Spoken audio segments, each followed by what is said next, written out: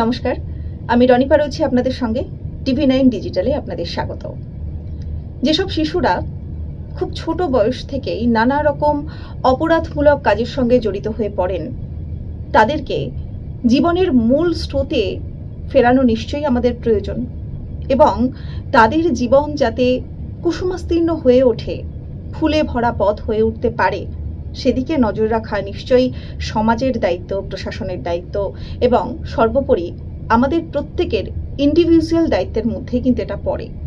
কারণ শিশুরা ভুল করতে পারে এবং তাদের ভুল শুধরানোর পথ তৈরি করা একটা সমাজের উন্নতির ক্ষেত্রে বা সমাজের বাহ্যিক গঠনের ক্ষেত্রে সত্যি সেটা গুরুত্বপূর্ণ।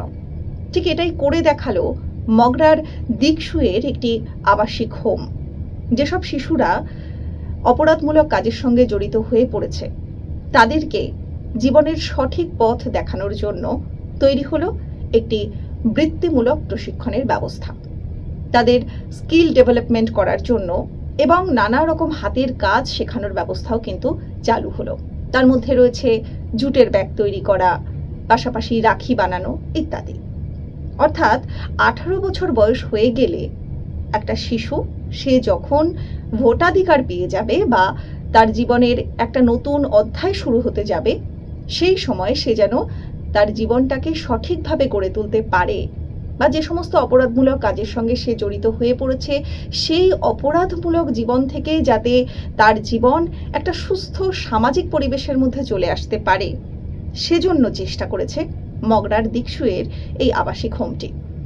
রাজ্যের শিশু সুরক্ষা কমিশন, তার চেয়ারপারসন তুলিকা দাস, তিনিও উদ্যোগ নিয়েছেন এ বিষয়ে এবং রাজ্যের শিশু সুরক্ষা কমিশনের তরফ থেকে এই উদ্যোগ অবশ্যই সাধুবাদ জানানোরই যোগ্য।